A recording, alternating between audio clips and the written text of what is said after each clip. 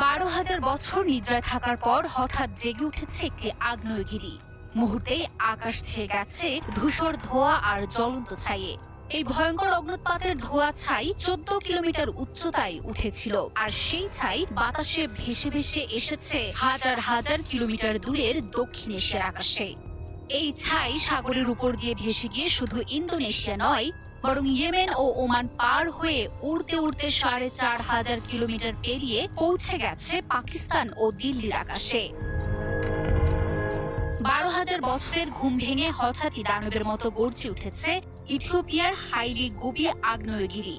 বরফ যুগের শেষের পর শুরু হওয়া হোলোসিন যুগে, অর্থাৎ প্রায় ১২,০০০ বছর ধরে হাইলি গুবিতে কোনো অগ্নুৎপাতের রেকর্ড নেই।